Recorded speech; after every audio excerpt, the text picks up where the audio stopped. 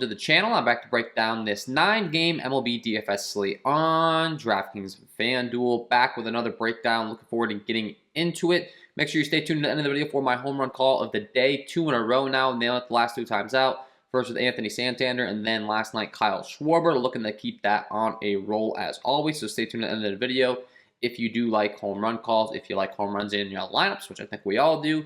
And if you do enjoy the content at any point in this video, if you could please take a moment to leave a like on this video, subscribe to the channel, and hit the notification bell so you don't miss any future content that I upload. That would be greatly appreciated.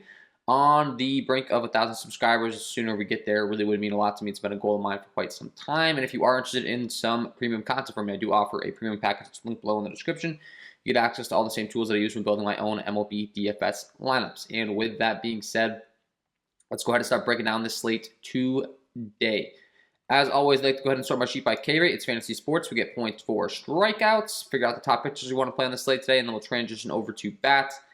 And the top guy on the slate today is going to be Max Scherzer taking on the San Diego Padres. The problem is, right off the bat, I will say this matchup is not ideal. The Padres really do not strike out a lot. He does have a 34.4% K overall with a 15.8 swing strike rate, 36.4% K rate against righties, and a 32.6% K rate against lefties, which is very, very good. But the problem is, as mentioned, these Padres just really don't strike out. They're going to give him a hard time. And for that reason, I think his upside is going to be a little bit capped at this price tag you're paying for him. I mean, don't get me wrong. I think that Scherzer could still go out there and strike out 10. He has that capabilities. I mean, his numbers are off the charts as far as K rate. But I think it's a lot less likely in this particular matchup. He's 10-5 on FanDuel. Over on DraftKings, they have him priced at 10-4. As far as his most recent performances, he's gone 7 Ks, 8 Ks, over like 94 in 103 pitches, 5 6-inning pitch, both against a New York Mets squad. So we shall see if he's worth paying on tonight. If you think that's really worth it, I don't blame you, but there may be some other options that we have here. It's a better matchups. But then again, as we go along, there might not be. So Chris Sale taking on the Minnesota Twins. He does have a 32.5% K overall, a 14.4% swinging strike rate, good ground ball, fly ball stuff, good hard contact stuff. Keep in mind, this is only a 10 innings pitch sample size, but we know what Chris Sale is capable of from years past. A 34.3% K rate against righties, only a 20% K rate against lefties, but I think that's just a sample size thing. And he is a 280 favorite.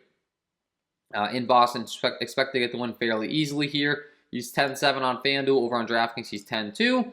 And he does get a much friendlier matchup than the one that we saw out of Scherzer. Last time out, he only threw 71 pitches. I'm not exactly sure why. Let's see, Boston likely to be cautious. But other than that, it doesn't have any sort of... there's no sort of report on him other than the fact that they were just pulling him to be cautious. They were up big, which is a little concerning to me in this game because they're expected to be up big again, taking on Minnesota. So maybe it's one of those things where, like, they let him do his 5 innings, and if he qualifies for the win, they just pull him to be careful with his pitch count. It's a little bit dicey for me. If we get some reports that he's going to be stretched out more, that would make me feel a little bit better about it. Definitely in a good matchup here taking on Minnesota. It's really just a pitch count thing. Yu Darvish taking on the Los Angeles Dodgers. He's expected to turn off the IL, and once again, it's a situation where he's taking on a Dodgers team that I just really don't like targeting. So something's got to give as far as this Dodgers-Padres game. If you want to go to him, sure, I want to call you crazy. Honestly, with the way he's been pitching as far as his hard contact issues against righties and such, it's a little concerning, but it does have approximately a 30% K rate to both sides. Zach Allen taking on the Philadelphia Phillies has a 27.4% K overall. Ground ball, fly ball stuff has not been the greatest. Hard contact stuff against righties has been really bad, but he does have a 30.6% K rate against those righties with a 24.4% K rate against lefties. So, based upon the Vegas lines and everything, though, he does have it. The Phillies do have a 4.71 implied run total. Now, keep in mind, the Arizona Diamondbacks bullpen is very bad, so that might have something to do with it here. But Zach Allen taking on the Phillies is a little bit dicey, and this is where, unfortunately, as we're going along here, you might see the matchups deter us from playing some of these other guys. I think Eliza Hernandez taking on Washington could be a great play in Miami, one of the best pitching ballparks in the league, at 26.4% K overall with a 12.3 swinging strike rate, 31.6% K rate against righties, and a 20.6% K rate against the lefties. And this Washington lineup really isn't looking the strongest as of late. They have a 3.63 implied run total. He's 7-6 on FanDuel. Over on DraftKings, they have him priced at 7-6 as well. Really, the only problem is going to be his pitch count. He's been around 82, and then last time 68 pitches, but that was a 4 earned runs performance. So I think that he can get up to his pitch count up a lot more. He's had 2 starts since returning. Should be able to get up to more towards like the 90 range, and the Washington matchup is very good. So I think that Hernandez could be a great play. If that's the case, we're going to continue to target these watered down lineups the rest of the season. Some of these guys that really aren't the greatest. We have Kikuchi taking on the Kansas City Royals. He's been kind of mediocre, but he does do a great job keeping the ball on the ground. Good ground ball fly ball stuff with a 24.1% carry against righties, a 31.3% carry against lefties. That's very good. And when you're breaking down the Vegas lines, it's in Seattle, which is a great pitcher's ballpark. And Kansas City does only have a 3.49 implied run total. If you want to go to him, I mean, he's in the mid-range at 7.7 on FanDuel. Over on DraftKings, they have him priced at 7.3. Once again, a guy that we're not getting too excited to play, to be honest with you. And the pitching on this slate's going to be pretty clear-cut as far as I'm concerned. James Caprioli taking on the New York Yankees, a team that does strike out a lot. Finally, he does have a 28.9% carry rate against righties. The problem is he's been absolutely dreadful against lefties. And the Yankees have become a much heavier lefty-heavy lineup with the additions of Rizzo and Gallo, as well as Andrew Velazquez getting some playing time. It's in Oakland, which is a great pitcher's ballpark. They do have a bunch of Ks in this lineup. I do think he's going to be a viable play, and I do think that the same rule is going to apply for Jameson Taillon in this game, who has been very good as of late. A 24.5% carry against righties, a 22.3% carry against lefties. As far as his recent performances, last time out, he was on an absolute roll in that Twins game, and then unfortunately they got to him in the 5th inning. He was up to 5 Ks, really going, and I think that he could have a pretty good game here in Oakland. Much better pitching environment than it is in Yankee Stadium. And I think that both of these guys in this game, for that reason, could be definitely in play. We also have Zach Eflin taking on the Arizona Diamondbacks, which is a very watered-down lineup, and Eflin is a bit of a raw talent guy. He can have a lot of strikeouts in good matchups, though. He has a 22.4% carry overall, a 21.6% carry against righties, and a 23.2% carry against lefties. And I think against an Arizona squad tonight, this could be a great matchup for him to kind of show some of his high upside talent. With 8.7 on FanDuel, over on DraftKings, they have him priced at 9.3. Only problem is he's returning off the IL. And I mean, he's been sidelined for over a month, so he had a rehab stint. I don't think he's going to have his full pitch count again. So, you know, a guy that I would probably be getting excited about probably can't play. Sam Hentges taking on Texas. They've just been terrible. If you want to go there, sure. Brad Keller, same thing for Seattle. He has good ground ball, fly ball stuff. These guys don't strike anyone out. And lastly, I mean, Patrick Corbin taking on Miami. I've been playing the pitcher against Miami in what seems like every night as of late. And I think the same rule could apply here. I mean, Corbin has been really below average as far as K rate. Ground ball, fly ball stuff hasn't been terrible, though. Looking at some recent performances from Corbin, he's been pretty solid. He's priced all the way up to 8.2. Last time out, 1 earned run, 7 Ks against Milwaukee.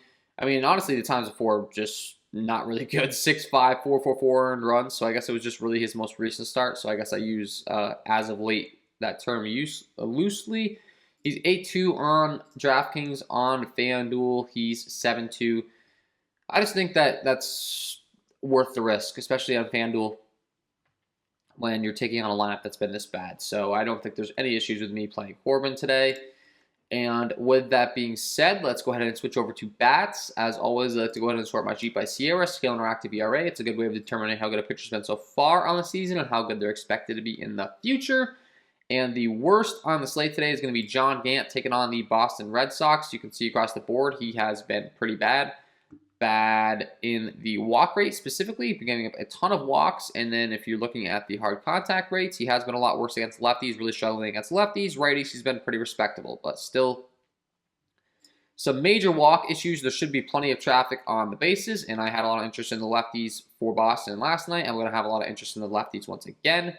Kyle Schwarber, Rafael Devers, Alex Verdugo, Travis Shaw, definitely like them. And then the righties you can go ahead and round out your stacks with. There should be plenty of traffic, as mentioned with the walk issue. And then the Minnesota bullpen is terrible. So this could be a situation where maybe your stack doesn't exactly go off in the first inning because there's walk, but they continue to turn the lineup over repeatedly. And, each guy gets like 6 at-bats. That would be ideal for your stacks. Mitch Keller taking on the St. Louis Cardinals. He's been pretty dreadful. Ground ball, fly ball stuff's been bad. Hard contact stuff's been bad. A 4.68 slugging given up to righties. A 5.34 slugging given up to lefties. Specifically against lefties has been very, very bad. The good news for him is the Cardinals are a very right-handed heavy lineup, so this could be a situation where it could actually pay off for him as far as his matchup's concerned. It's in Pittsburgh. The Cardinals do have a 4.75 implied run total, and all the lefties will definitely be in play. I think the stack's definitely in play. Mitch Keller is only 5'7" on FanDuel, however, and over on DraftKings he's 6'2", so he's pretty cheap. The Cardinals just really don't strike out that much is the unfortunate part here.